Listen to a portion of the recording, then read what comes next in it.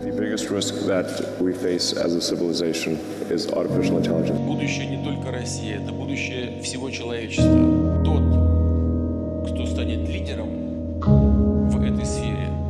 The primitive forms of artificial intelligence we already have proved very useful. But I think the development of full artificial intelligence could spell the end of the human race. You said, well, what harm could a deep intelligence in the network do? De nos jours, le progrès technique est d'actualité.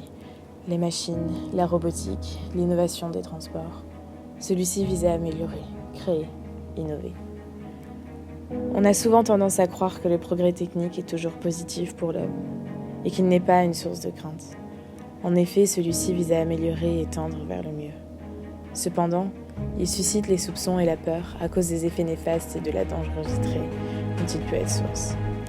Dans cette vidéo, nous verrons tout d'abord que ce progrès est une source d'évolution positive, puis dans une deuxième partie qu'il suscite la peur. Enfin, nous verrons les moyens de contourner cette méfiance en instaurant un principe de précaution et responsabilité. Aujourd'hui, nous allons voir un exemple de progrès technique, l'intelligence artificielle. Cela désigne des programmes informatiques complexes, capables de simuler certains traits de l'intelligence humaine. L'intelligence artificielle est une invention qui révolutionne la technique. En effet, elle amène de multiples avantages. Dans le domaine du travail, elle pourrait remplacer l'homme et ainsi réaliser les tâches pénibles ou dangereuses. Elle amènerait également des avantages dans le quotidien, dans le domaine calculatoire, dans la médecine et les déplacements. En bref, il semblerait qu'elle est à 100% positive.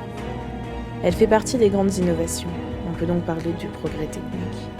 Cependant, affirmer que le progrès technique est uniquement une évolution positive signifierait que le progrès n'amènerait aucun danger, aucune conséquence négative.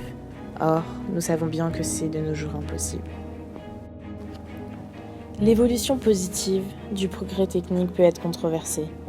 En effet, si l'on reste sur notre exemple de l'intelligence artificielle, celui-ci peut amener des problèmes éthiques ou encore une crainte de dépassement de l'humanité. Elle pourrait devenir plus intelligente et plus performante que l'homme et représenter un réel danger. Elle pourrait prendre la forme d'une arme autonome ou encore l'homme pourrait un jour perdre le contrôle de ses intelligences qui sont à la base conçues pour être difficilement désactivées. Il y a également des problèmes réels et intéressants qui ne peuvent pas actuellement être définis. Quel futur voudrions-nous ? Souhaitons-nous avoir une automatisation du travail faite par des machines afin que nous vivions paisiblement dans une société sans travail où tout le monde profiterait d'une vie faite de loisirs ? Mais si c'est le cas, contrôlerons-nous l'intelligence artificielle ou l'intelligence artificielle nous contrôlerait ?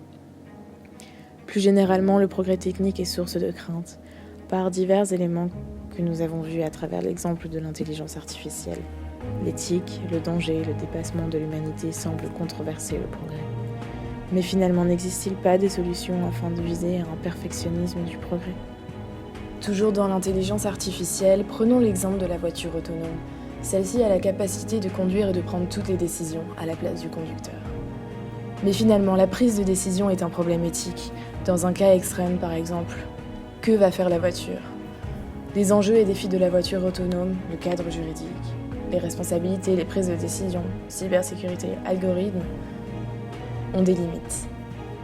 Afin de limiter les risques liés au progrès technique, il faut donc mettre en place un principe de précaution pour tendre à la réussite du progrès technique. Comme le disait Hans Jonas dans son livre Das Prinzip Verantwortung, le principe responsabilité, il faut réfléchir sur notre impact. Un début de raisonnement moral et philosophique sur les limites à nous imposer. Il faut donc se poser des questions au préalable dans le domaine juridique, philosophique, psychologique et physiologique, comme quelles sont les conséquences sur l'homme, mais également des questions dans le domaine moral et éthique. En conclusion, en tant qu'innovation permettant d'améliorer l'efficacité du système productif, il ne faudrait pas se méfier du progrès technique. En effet, pourquoi avoir peur de ce qui améliore la vie quotidienne ? Par ailleurs, à cause des risques qu'il amène, des questions éthiques et de danger, le progrès peut susciter la peur. Le progrès pourrait donc être synonyme de danger, il faudrait s'en méfier. Afin de limiter cette méfiance et de laisser le progrès technique se développer, il faut avoir conscience des responsabilités mises en jeu et tendre vers un principe de précaution.